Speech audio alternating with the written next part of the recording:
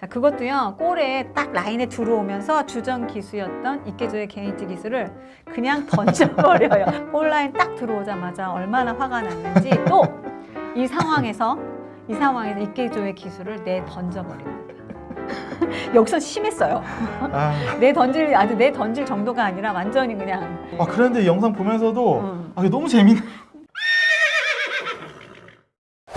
안녕하세요. 키레아 홀스클럽에 오신 걸 환영합니다. 저는 마원녀 키레아. 네, 안녕하세요. 말산업저널의 용 기자입니다. 자, 지난번 백마 소다시편 굉장히 많은 관심을 주셨습니다. 너무 감사드리고요. 용 기자님 기분 많이 좋으셨습니다. 굉장히 또 많은 분들이 좋은 관심 주셔가지고 댓글도 많이 달리고 좋아요도 많이 달리고 지금 조회수도 굉장히 많이 나와서 오늘 기대를 또 많이 하고 있습니다. 오늘 또 키레아님 특별히 좋아하는 말을 또 말씀을 해주신다 그래가지고 더 많이 기대를 하고 왔습니다. 그래요. 용 기자님도 슬슬 이제 경주마에 막 빠져들기 시작하셨나 봅니다. 우리 팀장님도 뭐 나랑 처음 만날 때는 말에 대해서 알지도 못했는데 지금은 뭐 우마무스의 기타상 블랙을 아주 그냥 너무 열심히 키우고 계시는데 너무 변하는 게 많은 것 같아요. 정말 많은 발전이 있는 저희 팀들입니다. 네, 오늘은요, 키레아 에마 시리즈 1 첫 번째 그 전설의 폭군, 전설의 삼관마 오르페브르입니다. 기자님, 팀장님, 촬영 전에 제가 자료를 좀 드렸는데 어떠셨습니까? 영상 다 봤는데 지금 굉장히 어떻게 말씀을 해주실까 많이 기대를 하고 있습니다. 정말 대단한 말이구나. 처음에는 소다시였다가 그 다음에 이크위녹스였다가 그 다음에 오르페브르인가 그러면 반하셨나? 확실히 뭔가 뭐 이제 뒤에서 말씀해 주시겠지만 네. 훨씬 더 오늘 영상이 재밌을 것 같다라는 앞으로도 아마 쏙쏙 빠지실 겁니다. 그러면 오늘의 주인공 오르페브르. 자, 호족 조사부터 시작해야겠죠. 자, 오르페브르 몇 년생? 네, 2008년 네. 5월 14일생입니다. 맞습니다. 2008년 5월 14일생으로서요. 부마는 이 실버 콜렉터로 유명한 이 스테이 골드, 그리고 모마는 오리엔탈 아트인데요. 이 모마의 부마가 좀 굉장히 중요해요. 그런데 이 모마의 부마가 누구냐? 이 우마무스메 애니메이션 메인 캐릭터 역할을 하고 있는 메즈로 메키입니다. 팀장님 메즈로 메키도 키우고 계시죠? 네. 자, 주요 성적을 또 좀 말씀드릴게요. 21전 12승. 그중 G1이 6승, G2가 5승으로서 상금이 무려 15억 7,621억 N입니다. 야, 이것도 바주님도 뿌듯하시겠네요. 그렇겠죠. 맞습니다. 자, 이 G1 성적에는 물론 3세 클래식 3관이 들어있습니다. 3세 클래식 뭐라고요? 네, 사츠키, 일본 더비, 그리고 국화상. 맞습니다. 그리고 연말 그랑프리 아리마 기념이 2번 우승을 했고요. 그리고 다카라즈카 기념, 여름 그랑프리 다카라즈카 기념 1승이 있습니다. 자, 마주 궁금하시죠? 네. 지난번에 이크녹스가 왜 클럽 마저라고 클럽 소속이라고 했었잖아요. 네네. 이 오르페브르도 클럽 소속입니다. 유한에서 썬데이 렌싱이라는 클럽의 소속 말로써요. 오르페브르는 6천만 엔이었다고 합니다. 그리고 6천만 엔에 항구자 150만 엔으로 모여진 다마주의 말입니다. 사실 오르페브르가 대단한 건 국외 성적이에요. 대선문 대회 아시죠? 그럼요. 네, 거기서요 2년 연속 2착을 했습니다. 자, 개선문에서는 아직 일본말의 우승이 없는 가운데 이 오르페브르의 2착 2번은요 굉장히 참으로 대단한 것이라고 할 수 있습니다. 경주를 이제 봤는데 오늘 또 그 경주에 대한 비하인드 스토리를 또 들으면 경주 보시면 아마 더 재밌을 것 같습니다. 그렇죠. 네.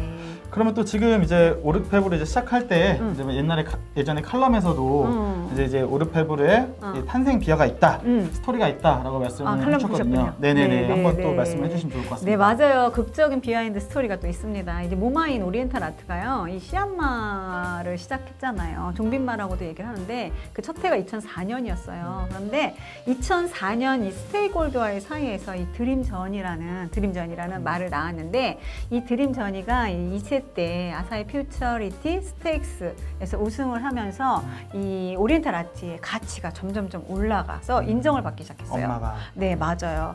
그러다 보니까 굉장히 인정을 받으니 어떻겠어요? 이제 뭐 비싸졌겠죠. 그렇죠. 그러다 몸값이 보니까 비싸죠. 상대도 괜찮은 말들이 더 많이 올라오게 되는데 그 중에 누구하고 이제 교배가 되려고 했었냐면 이 당대 세기의 호스, 레전드 호스라고 불렸던 디프 임팩트와의 교배가 결정이 됐어요. 디프 임팩트 교배료가 당시에 제가 알기로는요, 그냥 알기로 한 700만 엔 한 번에 막 이렇게 알고 있었거든요. 그랬는데 안타깝게도 3번을 교배를 했는데 한 번도 수태를 못했다고 합니다. 그러다 보니 진영에서는 관리하는 입장에서는 수태를 안 하게 되면 1년을 그렇죠. 1년을 이제 한 마리를 못 낳게 되잖아요. 그래서 어떻게 할 수가 없어서 마지막으로 결정한 게 이 드림전이 아빠였던 스테이골드가 잠깐 비어 있었대요. 비어 있어서 스테이골드와의 교배를 했는데 한 번에 성공을 거뒀다고 합니다. 정말 대단하지 않습니까? 그래서 주위에서 뭐라고 했냐면 아무래도 오리엔탈 아트가 이 스테이골드를 너무 좋아해서 엄청나게 좋아하지 않았냐라는 얘기를 하고 있습니다. 근데요, 생각해 보세요. 만약에 디프 임팩트랑 성공을 했다면, 교배가 성공을 했다면 오르헤브 나올 수 있었을까요? 없었죠. 또 다른 전설의 명마가 탄생했을지도 모르겠다. 또 이렇게 긍정적이시구나. 또 워낙 대단한 말이니까. 그렇죠. 근데 정말 못 봤을 수도 있었어요. 그렇기 때문에 어쩌면 우리한테는 다행이었던 일이기도 합니다. 네. 맞아. 태어날 운명이었습니다. 맞습니다. 그리고요. 오르페브로 태어나서도 문제가 있었다고 해요. 이 부마인 스테이골드는 검은빛이 도는 이렇게 색이었고, 그리고 형인 드림전이가 약간 검은빛의 밤색 털이 있는 그런 마체를 가졌었는데, 오르페브로는요, 밤색이었대요. 거기다가 뽀송뽀송해가지고 털이 그냥 바삭바삭했다고 하는데, 제일 약점 뭐냐? 엄마하고 똑같이 태어나고 마체도 작았다고 합니다. 그래서 이 주위에서 관계자들이 뭐라고 얘기했냐면, 야, 엄마 유전이라 조금 어렵겠구나라고 생각을 했다고 합니다. 틀렸구나 이거. 네, 틀렸다. 왜냐하면 엄마가 사실 레이스 성적이 그렇게 좋지 않아요. 네, 이렇게 주위에 반신반의한 기대 속에서 데뷔를 하게 되는 오르페브르였는데요. 첫 10마전에서 완전히 압승을 하면서 존재감을 발휘하기 시작합니다.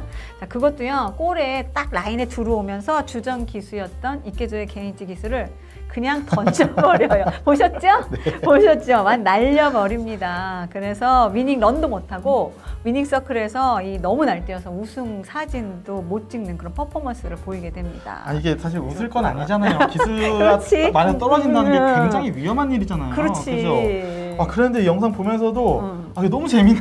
웃었죠? 다들 그렇게 봅니다. 한 번 보고 또 보고. 그래서 이케조의 기술을 날려버린 폭군.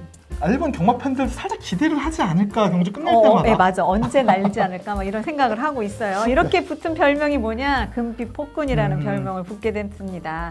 자, 보통 말이 성격이 거칠면요, 기성이 나쁘다고 하는데 이거를 너무 들쑥날쑥하니까 10마전 우승을 하고 그 후에 2세 때요, 별로 우승을 못하고 말아요. 그리고 나서 이제 2세 때 이 두 번째 레이스인 부용 스테이스에서 2착도 하고, 세 번째는 케이옵의 2세 스택스에서 너무 웃겼던 게 뭐냐면 옆에 안마가 있었다나 봐요. 근데 안마가 있다 보니까 해롱해롱 됐대요. 해롱해롱 하다 보니까 세상에 10착. 안마가 오면 길도 비켜주고. 맞아요. 친절하게. 네, 오르페브르가 신사였어요. 레디 퍼스트. 레디 퍼스트.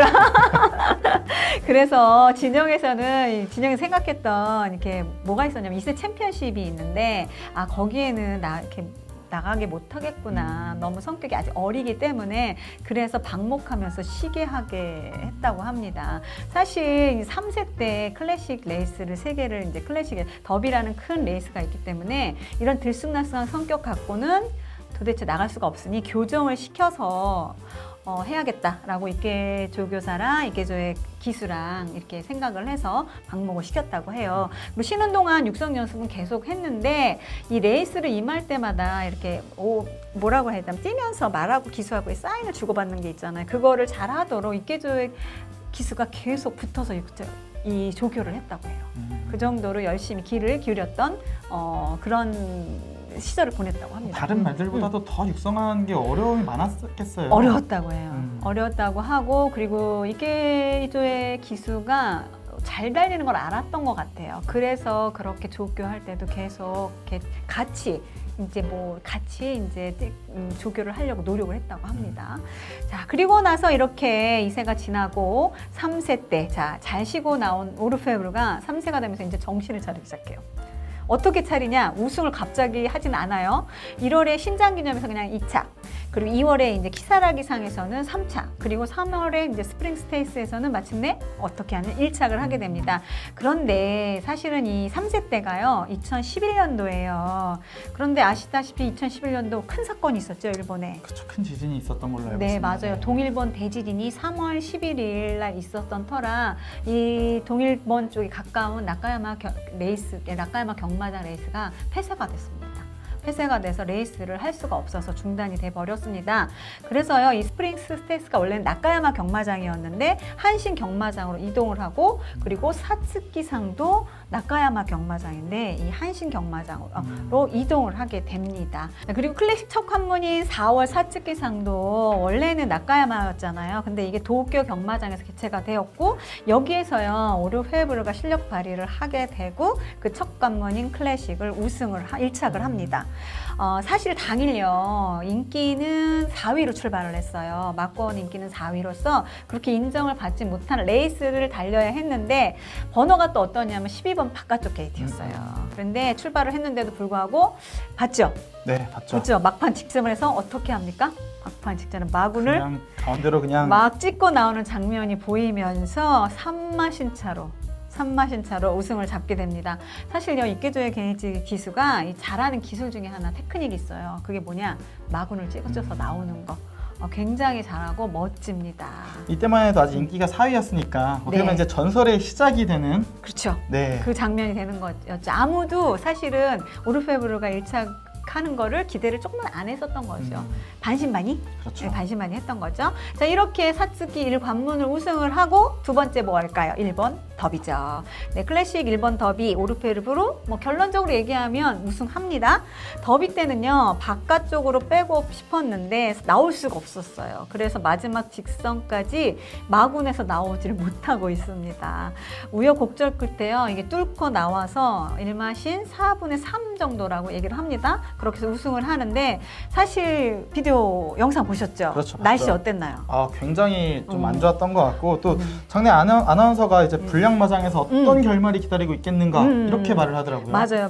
태풍의 영향으로 비가 왔었어요. 그래서 보면 옆에 그 모래 그 더트 레이스를 보면 물이 질퍽질퍽 쌓였었죠. 네. 비가 온 곳도 완전히 최악의 상태였던 곳에서 골라인에 들어온 걸 봤더니 저 정말 이 장면을 보고 굉장히 울컥했던 게 뭐냐면 이케조의 기수랑 이 오르페브르랑 완전 진흙터 수성이가 돼요. 근데 이케조의 기수가 너무 좋았나 봐요. 사츠키 때는 사실 우승을 하고도 이렇게 손을 들질 않았어요. 그런데 이 더비에서는요 일어나서 이러고 들어요. 이케조의 기수한테는 일본 더비가 처음 우승한 거. 짜릿했구나. 얼마나 좋았겠습니까?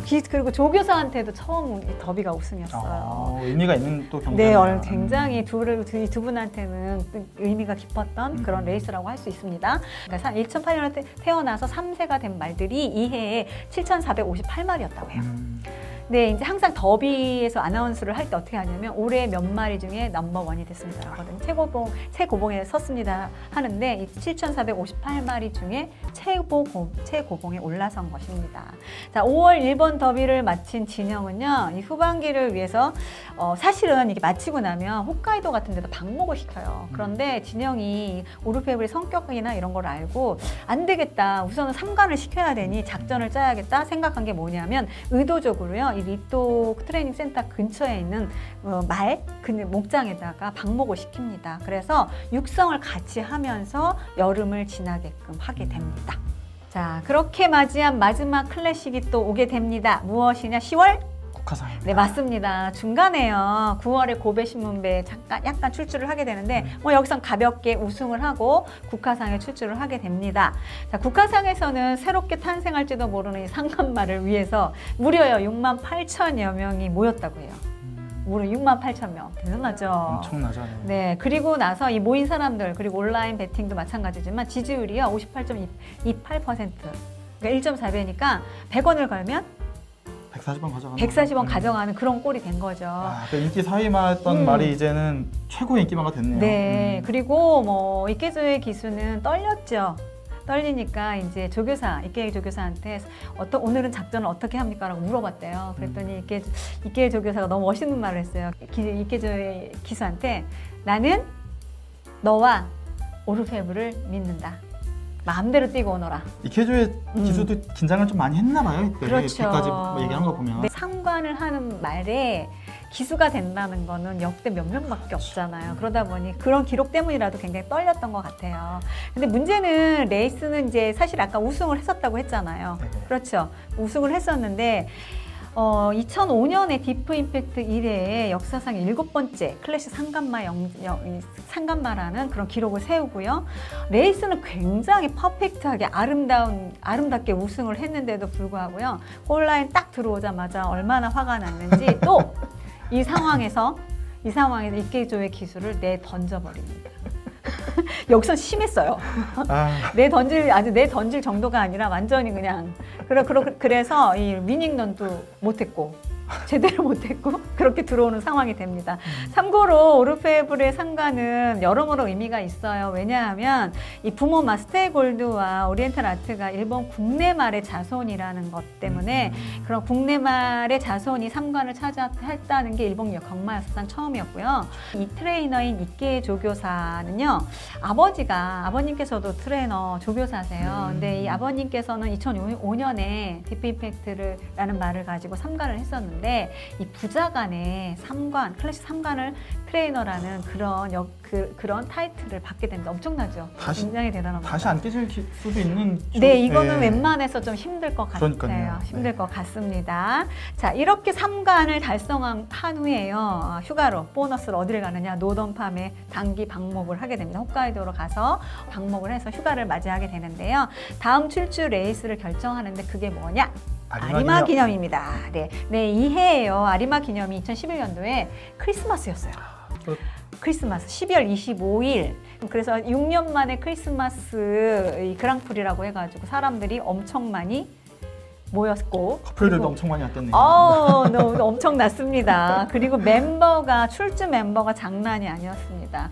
자, 은퇴를 앞둔 부에나비스타가 있었고요. 그리고 일본 말로는 처음으로 두바이 월드컵을 우승을 한 이 빅토르 비사, 그리고 에어그룹의 자매 룰라씨, 그리고 우마무스메에서도 실장되어 있는 도센 조단 등 이 지원 말들이 출주를 했는데 무려 여기에 출주한 말들의 지원이 19관이었대요. 19관이면 상금으로 따지면 몇 천억은 넘을 것 같아요. 상상도 안 됩니다. 상당히 안 됩니다. 그리고 중요한 건요, 오르페브르가 아직 3세라는 거예요. 시니어가 안 된 상태에서 그렇죠. 이 시니어 말들 간의 접전을 벌이는 레이스가 됐는데 결국은 이 3세의 어린 말이 지원 4승을 거두는 대업을 기록하면서 제대로 본인의 위치를 각인을 시킵니다. 진짜 황제가 됐네요. 황제죠. 3세 때 그걸 정복했으면. 맞아요. 그리고 에피소드는 뭐냐 하면 크리스마스답게 이 1차로 들어올 쯤에 돼서 눈이 내리기 시작했대요. 그래서 우승 시상식이 너무 예뻤다고 해서 많은 사람들이, 관객들이 얘기를 하곤 합니다. 자, 이 아리마 기념의 우승은 이 형인 드림저니가 우승을 한 적이 있어서 형제간 우승이라는 기록도 세우게 됐고요.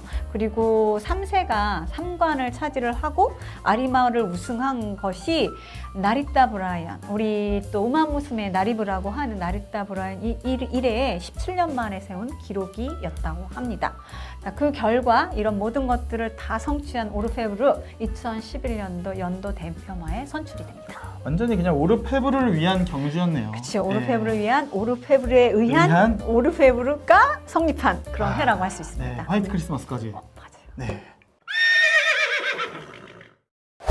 3세 아리마가 끝난 후 3개월 정도의 휴식을 취한 오르페브르는요, 3월 3000m 한신 대상전에 출주를 합니다. 자, 보셨죠, 영상? 그럼요, 봤죠. 네, 근데 이유가 있어요. 단 하나, 이 한신 대상에 출주를 하는 이유는 뭐냐면 개선문 대회 출주를 위한 준비였기 때문에요. 근데 개선문이 제가 알기로는 이제 2,400m로 알고 있는데, 네, 맞아요. 이거 지금 한신 대상전은 3,000m인데 네네. 왜 이거를 나갈까요? 보통 이 개선문 대회는 프랑스 파리잖아요. 네네. 유럽이나 이런 데는 일본하고 잔디의 질이 틀려요.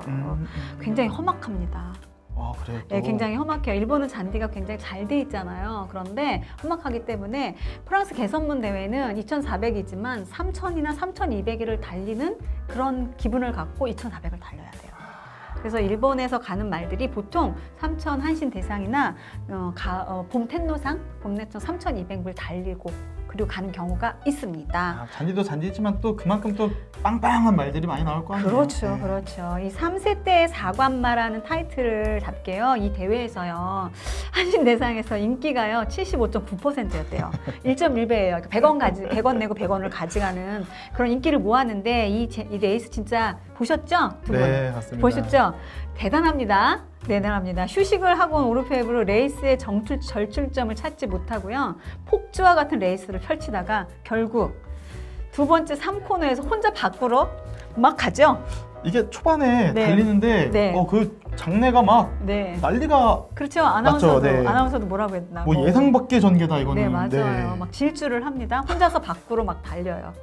그러다가 달리다가 딱 보니까 본인이 잘못했던 걸 안 거예요. 그 옆을 보니까 누가 말들이 저쪽에 달리고 있으니까 다시 이쪽으로 발견하고 이쪽으로 막 오게 됩니다. 끝났다라고 생각을 했나? 네, 그게 꼴점이라고 생각했던 거예요. 그러다 보니 오르페르가 머리가 좋은 거죠. 다시 돌아왔으니까. 무려 다른 말보다요 100m 가량의 로스에도 불구하고요. 맨 마지막 코스, 맨 마지막 직선 어떻습니까?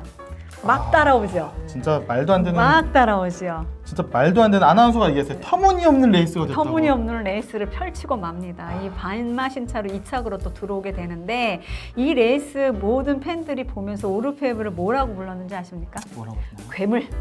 그래요. 잘 어울리네요. 네, 진짜. 괴물. 네. 아, 기수도 괴물이라고 했습니다. 자, 이런 숨겨진 능력을 발휘한 이 오르페브르 좋은 인식을 레이스는 실패했지만 관객이나 진영에서는 이 괴물이다라는 평가를 받았는데 이 대회를 주최하는 JRA에서는 못마땅했어요. 왜냐하면 이 3초 장거리를 달리는 코스 능력이 부족하다. 판단력이 떨어진다. 그래서 4월에 열리는 봄텐노상 3,200m를 만약에 나오고 싶으면 이 평지 조교 재심사를 받으라고. 그 정도로. 근데 생각해 보세요. 삼간마가 재심사를 받았대요. 그것도 달리는 거를. 그러니 엄청난 충격이었던 거죠. 자, 그런데 그래도 오르페브르는 심사를 치렀고 무사히 합격을 하고 봄텐노상을 출주를 하게 되는데 활약은 커녕을 내가 지금 말하고 싶은데 활약을 못해요.